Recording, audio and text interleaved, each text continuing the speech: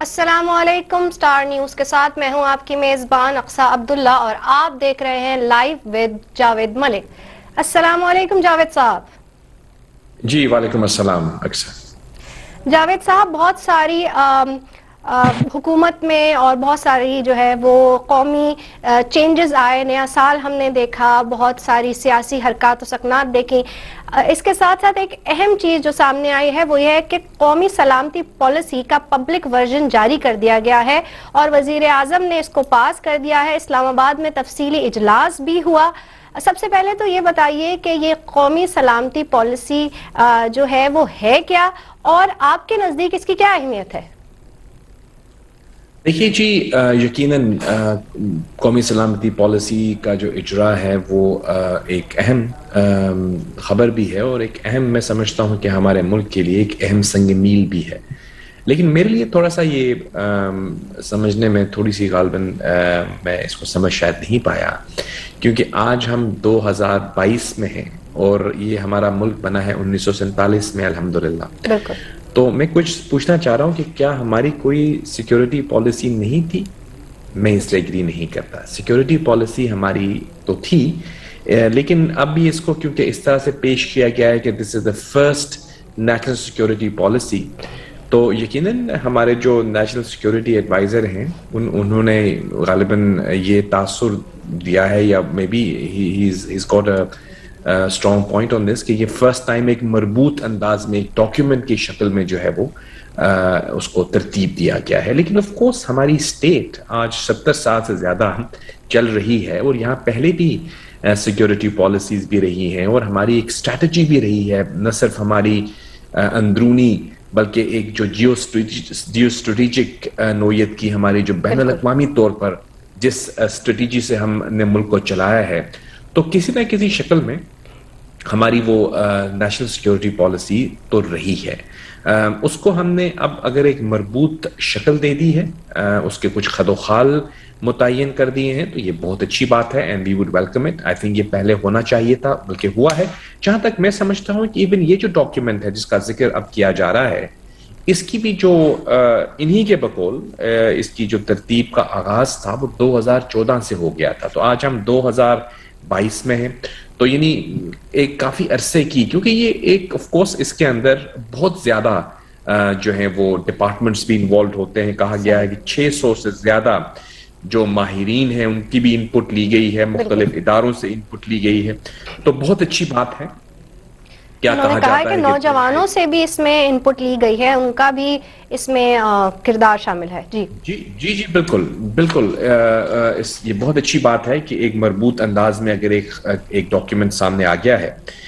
جہاں تک میں نے اس کے اوپر سرسری نظر ڈالی ہے، میں کوئی ایکسپرٹ تو نہیں ہوں نیشنل سیکیورٹی کا، لیکن کچھ تھوڑی بہت جو 20 سال کی میڈیا سے ہماری کانٹیکٹ رہا ہے اور کچھ سفارتکاری سے، تو کچھ تھوڑے الف بے سے واقف ہیں ہم بھی نیشنل سیکیورٹی کی جو ترجیحات کے حوالے سے۔ تو مجھے جو نظر آئی چیز بالعموم، جو میں نے اس کا ایک کیا کہتے ہیں کہ برڈز آئی ویو لیا، وہ یہ تھا کہ اس کے اندر جو اہم چیز مجھے نظر آ رہی ہے وہ اس کا جو لنک ڈرا کیا گیا ہے اکنامک سیکیورٹی کے ساتھ، یہ مجھے اچھی لگی بات، کیونکہ دیکھیے آج کے دور میں آپ کی جو نیشنل سیکیورٹی کی جب آپ بات کرتے ہیں تو اس کے اندر جو اہم ترین عنصر ہے، ایلیمنٹ ہے، وہ آپ کی خود مختاری ہے۔ جب تک آپ ایک خود مختار ریاست نہیں ہوتے، آپ کیسے ڈٹرمن کریں گے اپنی نیشنل سیکیورٹی؟ آپ کو تو ایک خود مختاری آپ کا اہم جزو ہے آپ کی پالیسی کا، اور یہاں پر بہت اچھی بات ہے کہ انہوں نے فوکس کیا ہے آن اکنامک سیکیورٹی، کیونکہ دیکھیے جب تک آپ اقتصادی طور پر جو ہے وہ خود مختار نہیں ہوں گے تو آپ اپنے فیصلے نہیں کر پائیں گے، جو ہمارا ایک چیلنج رہا ہے۔ آج ہم دیکھتے ہیں اکثر بات ہوتی ہے کہ آئی ایم ایف کے سامنے گھٹنے ٹیک دیے حکومت نے۔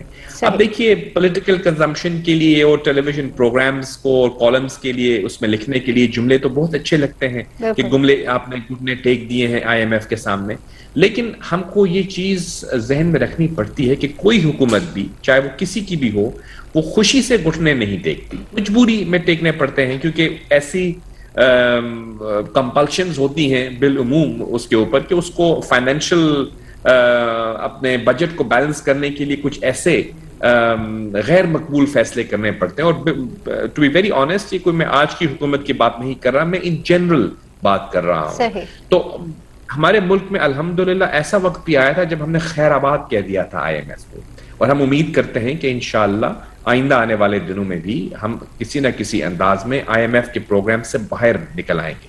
جب تک آپ اکنامکلی انڈیپینڈنٹ نہیں ہو سکتے, اکنامکلی آپ کی خود مختاری جو ہے اکنامکلی اقتصادی خود مختاری آپ جب تک حاصل نہیں کر سکتے, آپ چاہے بے شک ایک آزاد ریاست ہو, آپ کے فیصلہ سازی کی عمل, چاہے وہ فیصلے آپ کے اندرونی حالات کے وجہ سے ہوں, کہا جاتا ہے نا کہ آئی ایم ایف کی ڈکٹیشن کے تحت بجلی کے نرخ بڑھا دیے گئے, اس کا کیا مطلب ہوتا ہے؟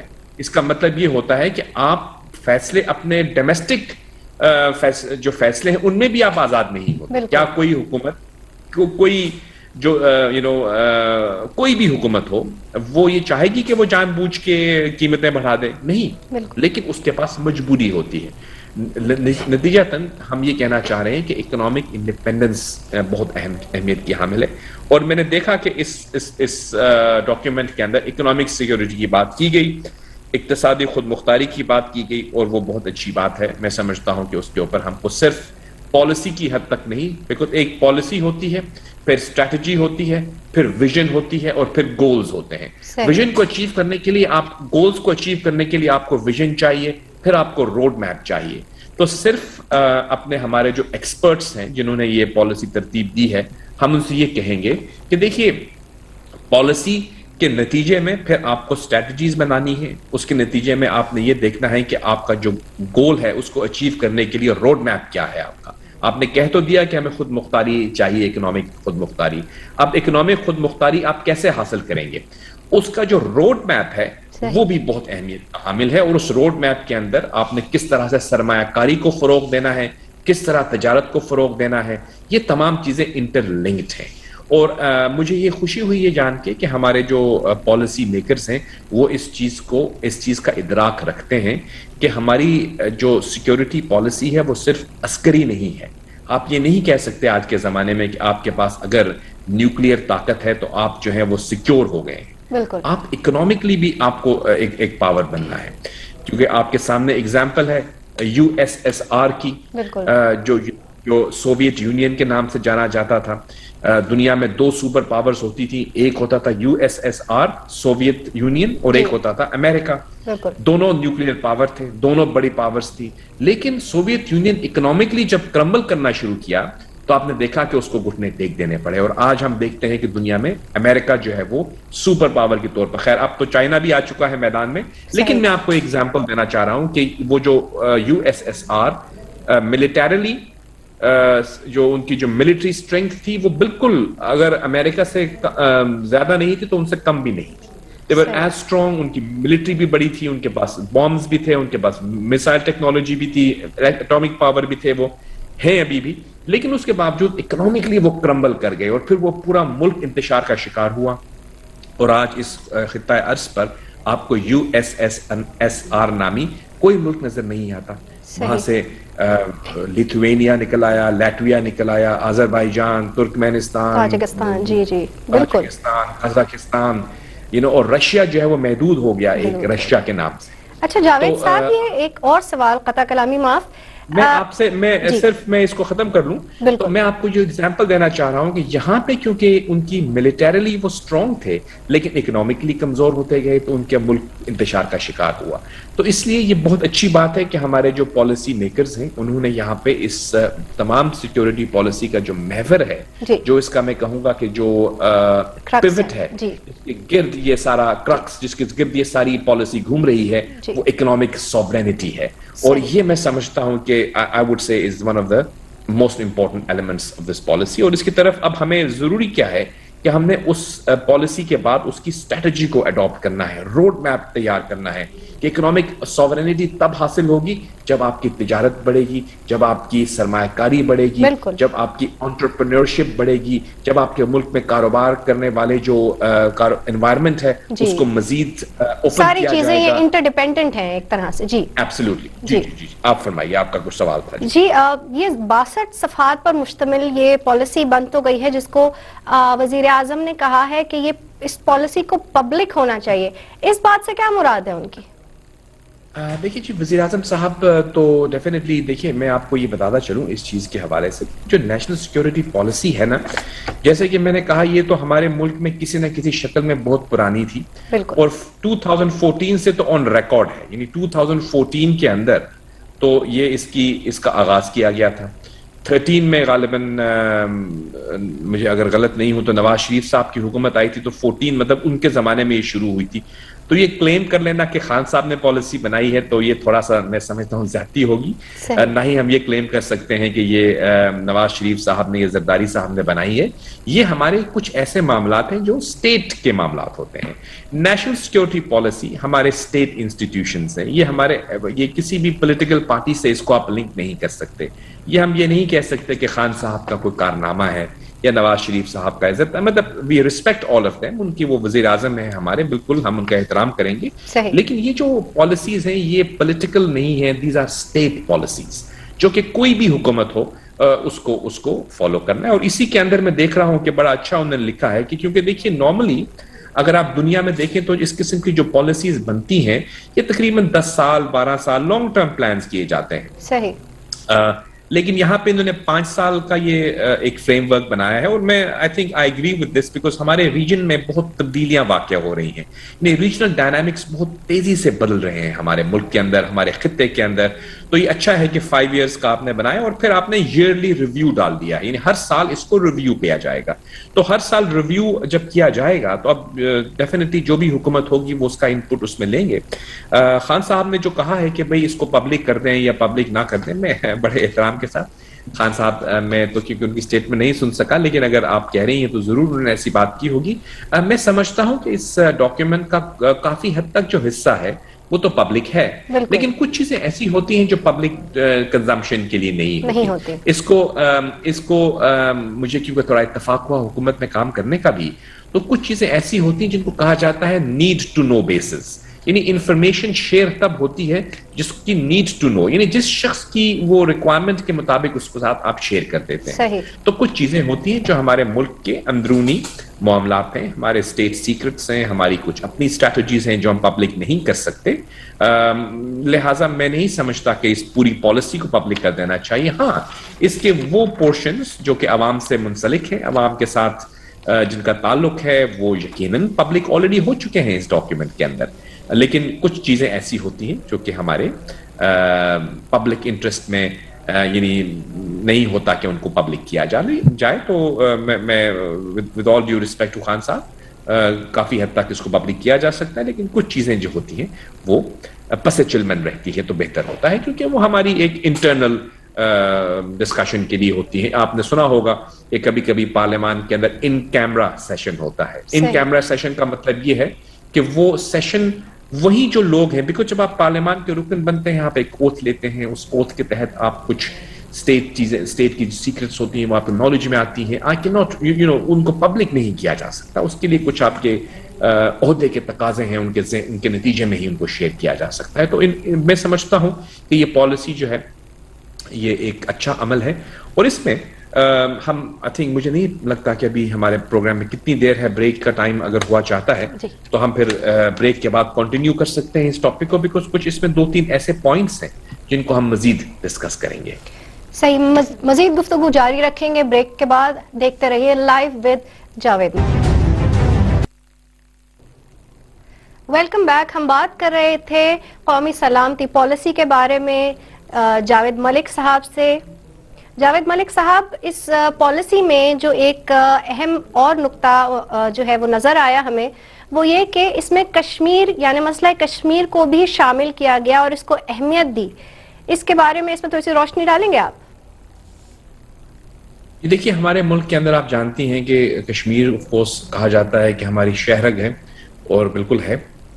تو اس حوالے سے کشمیر کا اس پالیسی کے اندر موجود ہونا، اس کے حوالے سے ہماری اسٹریٹجی وہ بہت ضروری ہے۔ بلکہ میں تو یوں کہوں گا کہ اس کے اندر بہت ایک اور جو اہم چیز ہے وہ یہ ہے کہ ریجنل ریلیشن شپس جو ہیں ہماری خطے میں ممالک کے ساتھ ہماری جو ریلیشن شپ ہے اس کو بھی کس طرح سے لے کر چلنا ہے، اور بالخصوص اگر ہم دیکھیں تو اسلامی ممالک کے ساتھ ہمارے تعلقات، پاکستان کی جو اگر ہم فورن پالیسی کی بات کر لیں یا پاکستان کی جو سفارتی محاذ پہ جو ہماری چیلنجز ہیں یا اپرچونیٹیز ہیں ان کا جب ہم جائزہ لیتے ہیں تو ہم دیکھتے ہیں کہ ایک تو ہم آف کورس امریکہ کے ساتھ ہماری ٹریڈیشنل ریلیشن شپ ہے، پھر ہم دیکھ رہے ہیں کہ ہمارے ڈائنامکس بدل رہے ہیں، ہم بہت قریب آئے ہیں رشیا کے بھی، ترکی سے ہماری بڑی اسٹرانگ ریلیشن شپ ہے، اس کے ساتھ ساتھ ہم ملیشیا کے ساتھ دیکھ رہے ہیں ہماری ریلیشن شپ جو ہے وہ ہمیشہ بھی تھی بلکہ اور زیادہ وہ اسٹرانگ ہو کے سامنے آئی ہے۔ پھر ہم دیکھتے ہیں کہ ہماری ٹریڈیشنلی جو اسلامی دنیا ہے OIC کے ہم فاؤنڈنگ ممبر ہیں، ہم یعنی ایک واحد اسلامی دنیا کے 57 ممالک میں سے ایک ملک ہے جس کے پاس اللہ تعالیٰ نے نیوکلیئر طاقت دی ہے، یہ ہمارے لیے سب کے لیے فخر کی بات ہے۔ تو ہمارا ملک جو ہے وہ یقیناً ایک اہم ترین حصہ ہے جو OIC کا یا اسلامی دنیا کا 57 ممالک میں سے ایک جو منفرد ملک ہے وہ پاکستان کے طور پر سامنے آتا ہے، اہم ترین ملکوں میں گنا جاتا ہے۔ وہ ایک علیحدہ بحث ہے کہ ہمارے ہاں اکنامک چیلنجز ہیں، لیکن اس کے باوجود پاکستان کی جو سٹینڈنگ ہے اسلامی دنیا میں وہ بالکل الحمدللہ ایک اہم ملک کی حیثیت سے جانا جاتا ہے پاکستان کو۔ تو پاکستان کی اسلامی دنیا کے ساتھ تعلقات اور ریلیشن شپس اور ان کی ڈائنامکس کو کس طرح سے ہم نے لے کے چلنا ہے یہ بھی اس پہ ڈسکس کیا گیا ہے، اور اس میں مزید بھی ہم اس پہ بات کر سکتے ہیں۔ اچھی بات ہے، دیکھیے کوئی بھی جو ملک ہے یا کوئی بھی جو آرگنائزیشن ہے وہ ہمیشہ ایوالونگ ہوتی ہے۔ ہم یہ نہیں کہہ سکتے کہ ہمارے تعلقات جو ہیں ریجن کے ساتھ یا ہمارے جو تعلقات ہیں بین الاقوامی دنیا کے ساتھ یا اسلامی دنیا کے ساتھ یا ہمارے جو سارک نیشنز ہیں اس کے ساتھ وہ ایک اسٹیگنیشن کا شکار ہو جائیں۔ ہم ایوالو کر رہے ہیں، ہماری ترجیحات بدل رہی ہیں، اب دوسرے ممالک کی ترجیحات بدل رہی ہیں۔ ہم دیکھتے ہیں کہ سفارتکاری میں زیادہ سے زیادہ انحصار جو ہے وہ اب اقتصادی سفارتکاری کی طرف ہے، یعنی آپ جن ممالک کے ساتھ آپ کے اکنامک انٹرسٹ جو ہیں وہ منسلک ہوتے ہیں ان ممالک کے ساتھ آپ دیکھتے ہیں کہ آپ کے تعلقات بہت زیادہ اسٹرانگ ہوتے ہوئے نظر آتے ہیں، کیونکہ وہ دونوں کی ریکوائرمنٹ ہوتی ہے۔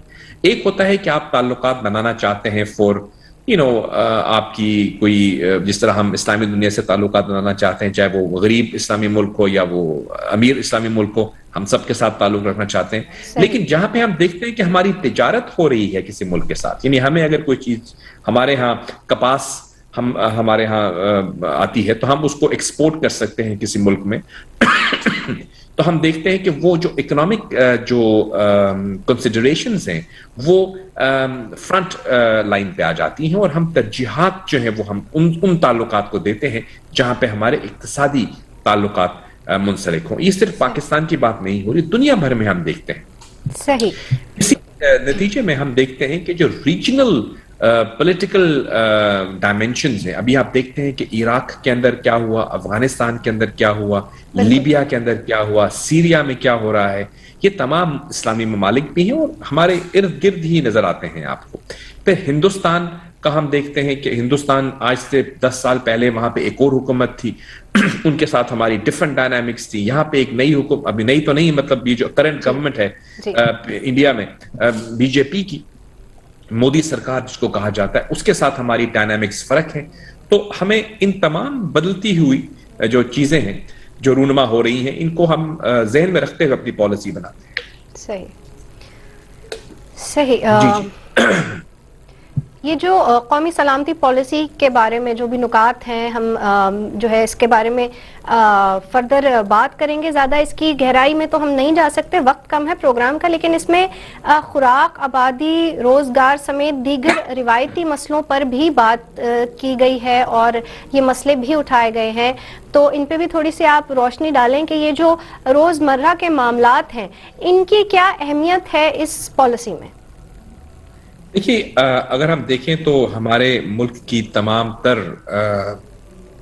جو پروگریس اینڈ پراسپیرٹی ہے وہ الٹیمیٹلی ڈیپینڈ کرتی ہے ہماری سیکیورٹی کے ساتھ، اور ہم سیکیورٹی کو جب دیکھتے ہیں تو ہم نے ذکر کیا اکنامک کنسیڈریشنز کو، تو اس وقت ہم دیکھ رہے ہیں کہ اس پر ڈسکشن تو شروع ہوئی ہے، ایٹ لیسٹ ایک ڈاکیومنٹ سامنے آیا ہے۔ اس کے اندر ہم کوشش کریں گے کہ آئندہ آنے والے دنوں میں ہم جو ہمارے سیکیورٹی ایڈوائزر ہیں ان سے بھی بات کریں، لیکن ای گورننس کا بھی ذکر کیا گیا ہے یہاں پہ کہ بھئی دیکھیے مستقبل میں ہم دیکھتے ہیں کہ ہماری جو حکومت سازی ہے یا ہماری جو اکانومی ہے اس کو اکنامک یعنی ڈیجیٹل اکانومی کی طرف جانا ہے, تو ہم کو کس طرح سے اس کے ساتھ اڈیپٹ کرنا ہے, ہم نے کس طرح سے اپنی گورنمنٹ کو جو ہے وہ بڑی پیش رفت جو ہوئی ہے کرپٹو کرنسی کے بارے میں بھی, جسے آپ کہہ رہے ہیں ڈیجیٹل اکانومی کی طرف جا رہے ہیں, تو وہ بھی اس کا حصہ ہے. جی بالکل, جو کرپٹو کرنسی ہے وہ اوبیسلی ابھی تک ہمارے ملک میں اس کے حوالے سے کوئی لیجسلیشن نہیں ہوئی, لیکن آف کورس ایک ریالٹی ہے جس کو ہم نے ڈیل کرنا ہے, چاہے یہ ہو, چاہے بلاک چین ہو, چاہے 5G ٹیکنالوجی ہو, وہ کس طرح سے ہمارے ملک کے اندر, ہماری اکانومی کے اندر کیا اثرات مرتب کرے گی, اس کو ہم نے ڈیل کرنا ہے, اس کو ہم نے ان چیلنجز کو اور اپرچونیٹیز کو پرکھنا ہے, ان پر بحث کرنی ہے, ڈسکشن کرنی ہے, اور یہ اس کا ایک آغاز ہے. میں سمجھتا ہوں کہ وی شوڈ ویلکم اٹ, اور اس کے اندر جو بھی کمیاں رہ گئی ہیں ان کو امپروو بھی کیا جا سکتا ہے ایئرلی ریویو کے ذریعے. وزیر اعظم عمران خان اور ان کے اہم اداروں کے درمیان کچھ غلط فہمیوں کی افواہیں بھی آئی ہیں, اور کہا جا رہا ہے کہ یہ افواہیں حقیقی ہیں یا مطلب غلط ہیں, ابھی کچھ نہیں کہا جا سکتا. اور کیا حکومت اور عسکری قیادت ایک ہی پیج پر ہے؟ آپ اس بارے میں کیا کہتے ہیں؟ دیکھیے, یہ ایک ایسا جملہ ہے کہ ہماری حکومت اور عسکری قیادت ایک صفحے پر ہے. یہ وہ صفحہ جو ہے یہ تو ہمیشہ ہر حکومت میں آتا ہے کہ وہ ایک پیج پہ آ جاتے ہیں, پھر ہمیں نظر آتا ہے کہ کہیں پہ مس انڈرسٹینڈنگ ڈیولپ ہو گئی. لیکن ہم نے دیکھا کہ یہ جو ہماری ایک بہت اہم سیکیورٹی ایجنسی کے جو سربراہ کی تبدیلی کے وقت جو ایک گرڈ لاک کا سامنا ہوا تھا, جب ہم نے دیکھا کہ نوٹیفیکیشن کو ڈیلے کیا گیا, اور میں سمجھتا ہوں کہ ہم نے اس وقت بھی اس پروگرام میں بات کی تھی کہ ایک مجھے تو کسی کو بھی سمجھ میں نہیں آ رہی تھی کہ کس طرح کی وہ ایک آپ نے خان صاحب کی طرف سے جو ایک وہ ڈیلے کے اوپر ڈیلے ہوتا گیا اس نوٹیفیکیشن کا. ابھی ہونا تو وہی تھا, پھر جو ڈیسیژن ہو گیا تھا اور وہی ہوا. ہم نے دیکھا کہ ہمارے ایک بہت ہی پیشہ ورانہ جنرل صاحب جو تھے, انہوں نے باغ ڈور سنبھالی as per the plan of the اہم ترین ادارہ, اور اس کے ساتھ ساتھ پھر جو ان کے پری ڈیزیسر تھے انہوں نے کور کمانڈ کرنی تھی, وہ انہوں نے کی. یہ بالکل ریٹن, اور میں سمجھتا ہوں کہ پری ڈیٹرمنڈ ایک اسٹریٹجی ہوتی ہے, اور ملٹری کے اندر تو ہم جانتے ہیں ہماری فیملی کے بہت لوگ ملٹری میں ہیں, ہم خود ہر پاکستانی کا فخر ہے ہماری ملٹری. تو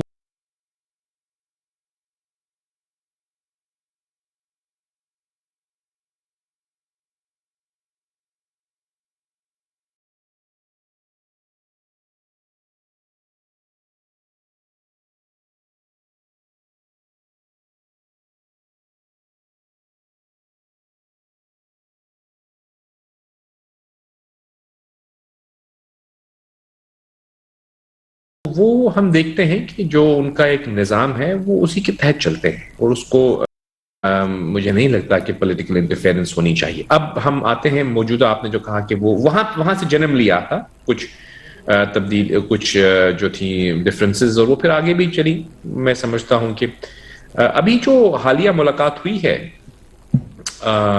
ہمارے سپاہ سالار صاحب کی اور وزیر اعظم صاحب کی, میں سمجھتا ہوں کہ وہ ایک اچھا میسج دے رہی ہے کہ things are back on track, بالخصوص جب ہم دیکھتے ہیں کہ یہ جو سیکیورٹی پالیسی اناؤنس کی گئی ہے, تو یقیناً جب آپ سیکیورٹی پالیسی بناتے ہیں تو اس کے اندر آپ کو ہمارے عسکری قوتوں کی اور ہمارے جو سیکیورٹی ایپریٹس ہے اس کا انپٹ, تو اس کا میں سمجھتا ہوں کہ بنیادی ایلیمنٹ ہے. تو ورکنگ ریلیشن شپ اگر نہ ہو اور آپ کی انڈرسٹینڈنگ نہ ہو تو وہ کیسے ڈیولپ ہو سکتی ہے. تو میں تو سمجھتا ہوں کہ ہمارے ملک کی سلامتی کے لیے ہم جب نیشنل سیکیورٹی کو ہم اردو میں کیا بولیں گے, سلامتی بولیں گے نا, قومی سلامتی. تو قومی سلامتی پالیسی بنا رہے ہیں یہاں پر, اگر آپ کی قومی سلامتی کے ادارے اور ان کے درمیان ہم آہنگی نہیں ہے تو پھر وہ کیسے بنیں گی. تو اچھی بات ہے یہ ہوئی کہ آپ جانتی ہیں پبلک میڈیا پہ ہم جو ہے وہ سینس آف ریسپانسبلٹی کو ذہن میں رکھتے ہوئے ہی بات کرتے ہیں. لیکن میں آپ کو بتاتا چلوں کہ یس جو ہے وہ مین امور پر تو اب مجھے نہیں لگتا کہ کوئی اتنی ڈفرینسز ہیں, لیکن پاکستان کی پالیٹکس جو ہے وہ کچھ اس طرح کی ہے کہ یہاں پہ انفارمیشن بھی ایک کردار ادا کرتی ہے, لیکن ڈس انفارمیشن جو ہے وہ اس سے بھی بڑا کردار ادا کرتی ہے. اور یہاں پہ جو کاؤنٹر نیریٹیوز کا ایک سلسلہ ہے, ایک رومر ملز جو چل رہی ہیں, یعنی افواہ سازی کی فیکٹریز جو کہ ہر طرف سے آپ کو نظر آتی ہیں, بالخصوص اس کو ایمپلیفائی کر رہا ہے ہمارا سوشل میڈیا. اور میں یہ نہیں کہتا کہ سوشل میڈیا پہ تمام جو باتیں ہیں وہ سب افواہیں ہیں. ڈیفینیٹلی ان کے اندر بہت سی حقیقت بھی ہوتی ہے, اور ہمارے کچھ بہت ہی قابل قدر اور میں سمجھتا ہوں کہ ویل رسپیکٹڈ جو ہیں وہ بلاگرز اور تجزیہ نگار اور تجزیہ کار اور ایکسپرٹس اور پولیٹیکل پنڈٹس جو ہیں وہ آپ کو نظر آتے ہیں سوشل میڈیا پہ اور ٹویٹر پہ اور فیس بک پہ, اور آگے پیچھے وہ جو اپنی کامنٹس ہمیں نوازتے رہتے ہیں. تو وہ ان کے اندر یعنی بٹوین دا لائنز ہم بہت کچھ سمجھ جاتے ہیں. تو مجھے نہیں لگتا کہ کوئی اتنی زیادہ دراڑیں آئی ہیں, بٹ اگر آپ یہ کہیں کہ ایوری تھنگ از ہنکی ڈوری تو پھر بھی ایسا نہیں ہے. Things can always change. It's an evolving relationship. صحیح. آپ نے ابھی ذکر کیا آرمی چیف اور عمران خان کی ملاقات کا, اس کے بارے میں تھوڑی تفصیلات دیں گے کہ اس پہ کیا یہ ملاقات کن باتوں کے ارد گرد جو ہے وہ ریوالو کیا, اور کیا مین ایجنڈا تھا اس ملاقات کا, اور کیا اہم باتیں سامنے آئی ہیں اس ملاقات کے بعد؟